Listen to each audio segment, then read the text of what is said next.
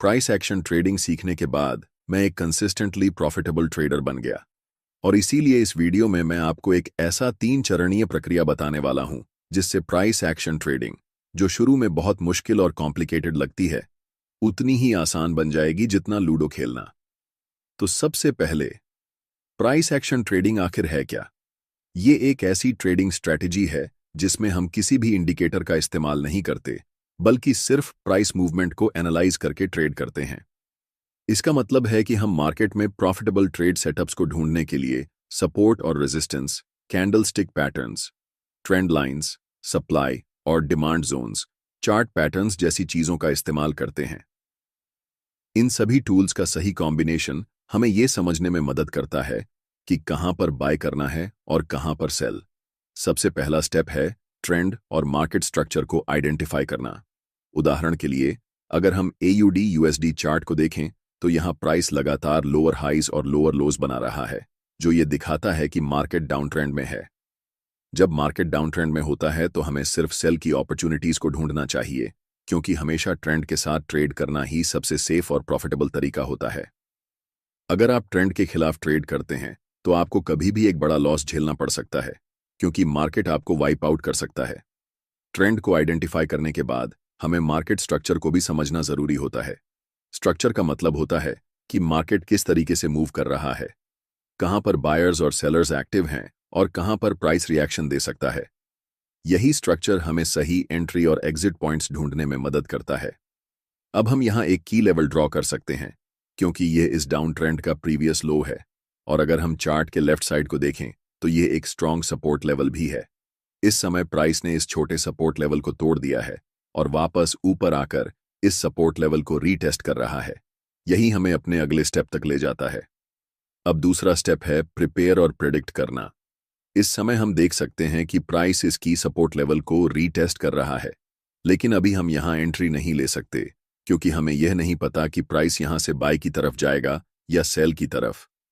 इस स्थिति में प्राइस दो चीजें कर सकता है, या तो यह रीटेस्ट के बाद वापस नीचे गिरना शुरू कर देगा, या फिर यह रिवर्स होकर ऊपर जाना शुरू कर देगा। लेकिन इस केस में ज्यादा हाई प्रोबेबिलिटी किसकी है? जाहिर सी बात है कि प्राइस रीटेस्ट करने के बाद वापस नीचे जाएगा, क्योंकि मार्केट पहले से ही एक स्ट्रॉन्ग डाउन ट्रेंड में है। लेकिन इसका मतलब यह नहीं कि हमें तुरंत सेल करना चाहिए।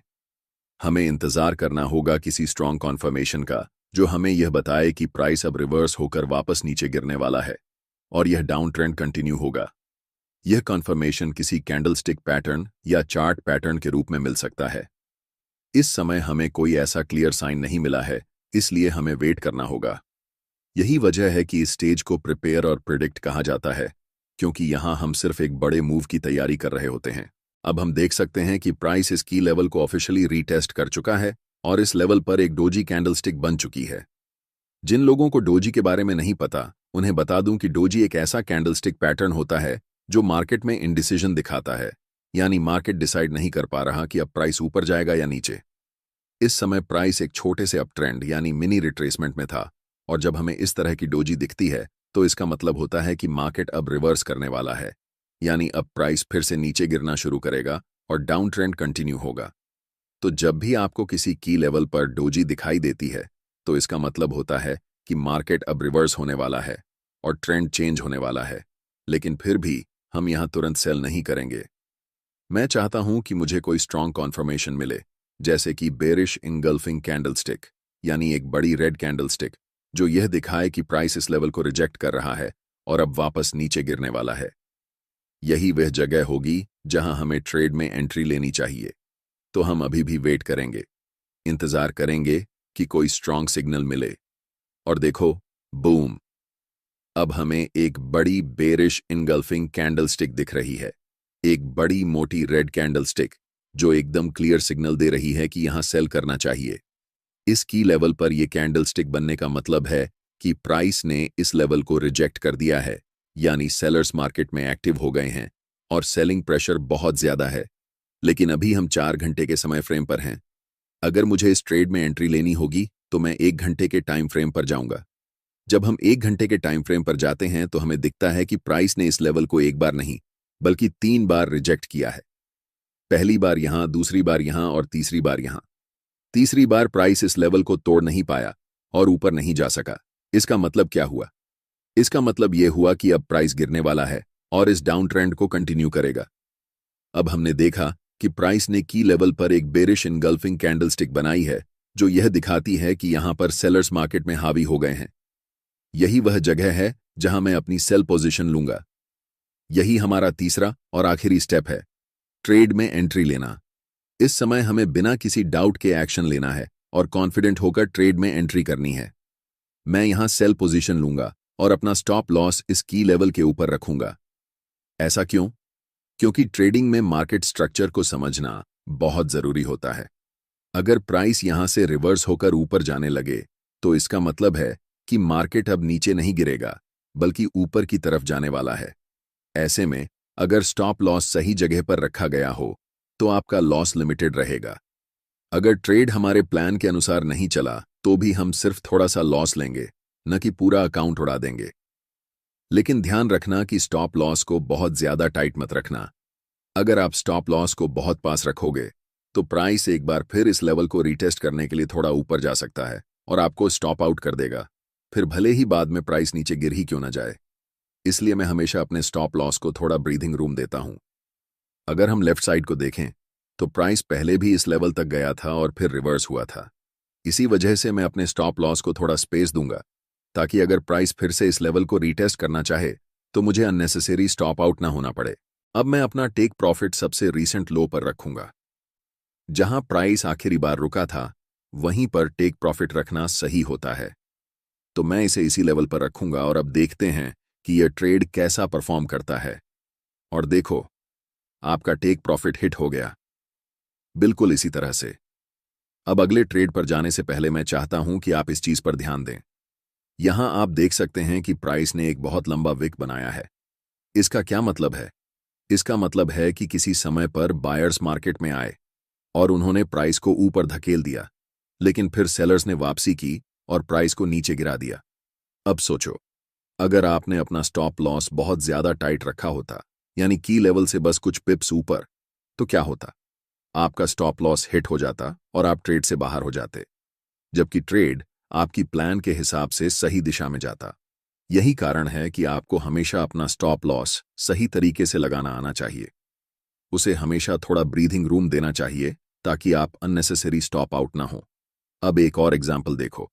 एक जरूरी बात, अगर आप चार्ट्स पर मल्टीपल इंडिकेटर्स का उपयोग करते हैं या एक साथ 4-5 चार्ट्स देखते हैं तो आपके पास ट्रेडिंग व्यू का प्रीमियम प्लान होना जरूरी होता है।